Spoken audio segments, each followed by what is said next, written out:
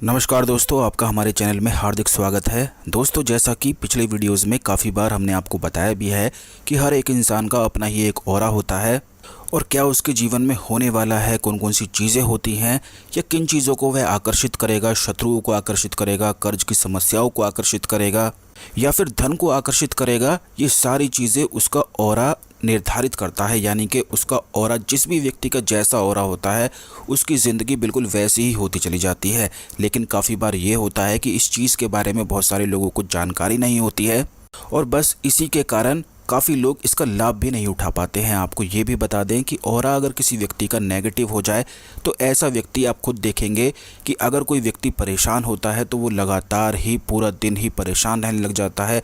पूरा हफ्ता, पूरा महीना और कब उसके साल बीत जाते हैं, क्या उसने करा क्या नहीं करा, ये तक भी उसे पता नहीं चल पाता है। वहीं दूसरी ओर अगर किसी व्यक्ति के जीवन में प्रसन्नता हो, सुख हो, तो उसका सुख दिन दुगनी रात चौगुनी तरक्की से अपने आप ही बढ़ता चला जाता है। क्योंकि एक खासियत होती है एक ऑरा की कि अगर किसी व्यक्ति का ऑरा पॉजिटिव हो जाए या फिर नेगेटिव हो जाए तो काफ़ी लंबे समय तक उस व्यक्ति को उसी ऑरा में रहना भी पड़ता है। और बिल्कुल जब तक रहना पड़ता है जब तक वह अपने ऑरा को बदल नहीं लेता है। अब आपको ये भी बता दें कि ऑरा का इतना ज़्यादा प्रभाव क्यों पड़ता है, किस प्रकार ये नेगेटिव हो जाता है, कैसे इसे पॉजिटिव किया जा सकता है, यानी कि उस प्रकार बनाया जा सकता है जिस प्रकार की चीज़ें आप अपने जीवन में प्राप्त करना चाहते हैं। जैसे कि उदाहरण के तौर पर बताएं कि काफ़ी लोग ऐसे होते हैं कि धन आकर्षण अपने जीवन में करना चाहते हैं, कुछ लोग प्रेम को आकर्षित करना चाहते हैं, कुछ लोग ऐसे भी होते हैं जिनको धन की आवश्यकता नहीं होती है, प्रेम की भी आवश्यकता नहीं होती है, केवल सुख में वे रहना चाहते हैं, किसी से कोई मतलब नहीं रखना चाहते हैं। लेकिन काफ़ी बार ऐसा होता है कि बहुत सारे लोग चाहते तो यही हैं लेकिन हो उनके साथ बिल्कुल उल्टा ही जाता है। और वो क्यों होता है ये इसी वीडियो में विस्तार से हम आपको बताएंगे कि कैसे व्यक्ति का ऑरा बदल जाता है।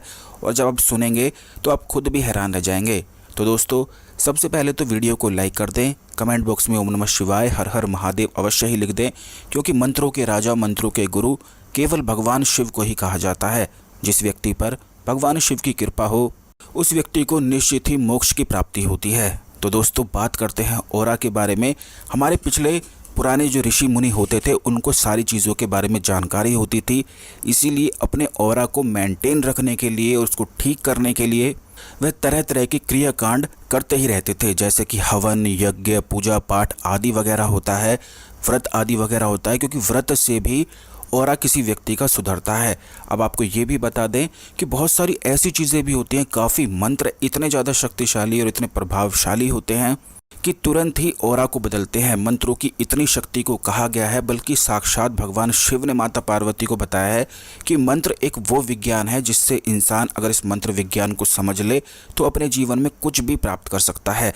कैसे प्राप्त कर सकता है ये भी मंत्र विज्ञान में माता पार्वती को भगवान शिव ने इसके रहस्य के बारे में भी बताया है, जिसके बारे में काफ़ी कम लोग ही जानते हैं। लेकिन इस वीडियो में हम आपको विस्तार से बताते हैं कि आखिर ये कार्य कैसे करता है। तो भगवान शिव यूँ कहते हैं कि हर एक चीज़ के पीछे कुछ ना कुछ कारण अवश्य ही होता है और वह कारण उसकी ध्वनि होता है। यानी कि सब चीज़ प्रकट होने से पहले कुछ भी अगर आपके जीवन में आता है, धन, दौलत, पैसा, प्यार, शोहरत या जितनी भी चीज़ें आती हैं, उससे पहले कुछ ना कुछ ध्वनि आपको अपने अंदर क्रिएट करनी पड़ती है।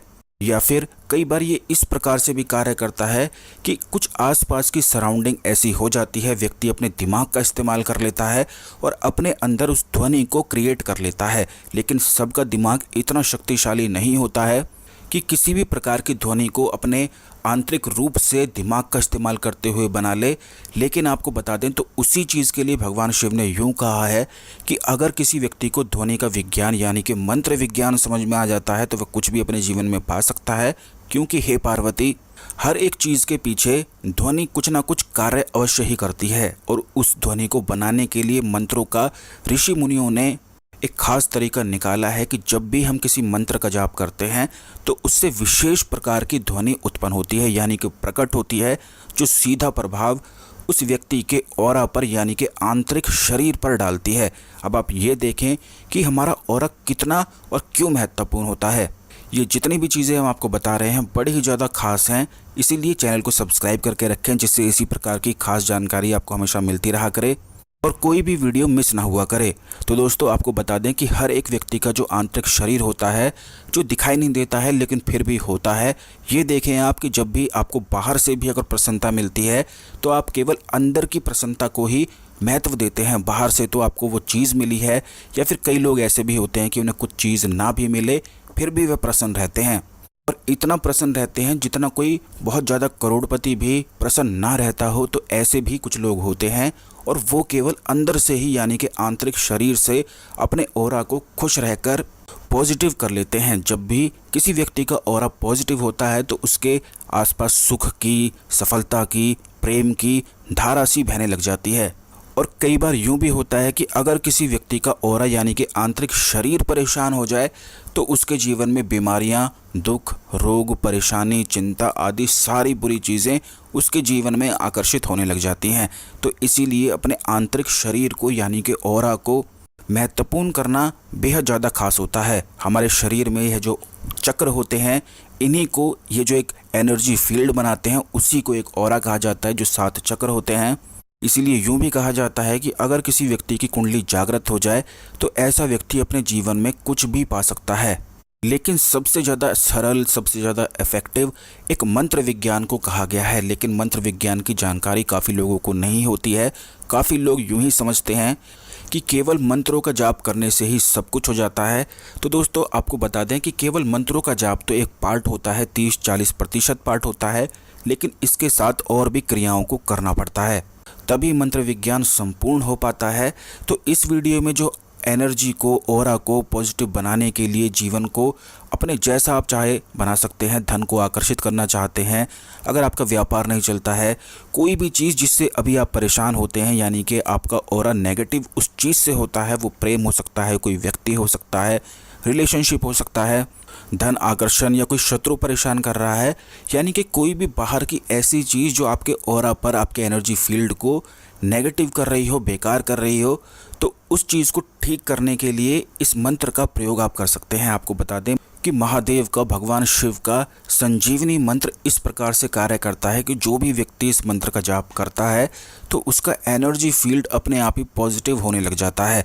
और संजीवनी मंत्र के साथ अगर महामृत्युंजय मंत्र को जोड़ दिया जाए तो वो अपने जीवन में कुछ भी प्राप्त कर सकता है। महामृत्युंजय मंत्र को केवल यूं समझा जाता है कि वह स्वास्थ्य के लिए है, तो आपको ये भी बता दें कि सुख, सफलता भी एक प्रकार का स्वास्थ्य है, क्योंकि इसका सीधा प्रभाव मानसिक रूप से दिमाग के स्वास्थ्य पर पड़ता है। अगर दिमाग का स्वास्थ्य ही स्वस्थ नहीं है तो आप खुद सोचिए कि करोड़ों रुपए होकर भी लोग परेशान रहते हैं। तो मानसिक स्वास्थ्य होना, स्वस्थ बहुत ज़्यादा ज़रूरी है। और संजीवनी मंत्र और उसमें महामृत्युंजय मंत्र का संपुट लगाकर जाप किया जाए तो वह व्यक्ति शारीरिक रूप से, मानसिक रूप से, हर प्रकार से इतना स्वस्थ हो जाता है और सब कुछ अपने जीवन में प्राप्त करता है जिस भी चीज़ की वह कामना करता हो। इसकी क्रिया किस प्रकार करनी है, संपुट किस प्रकार लगाना है, ये भी आप जान लें।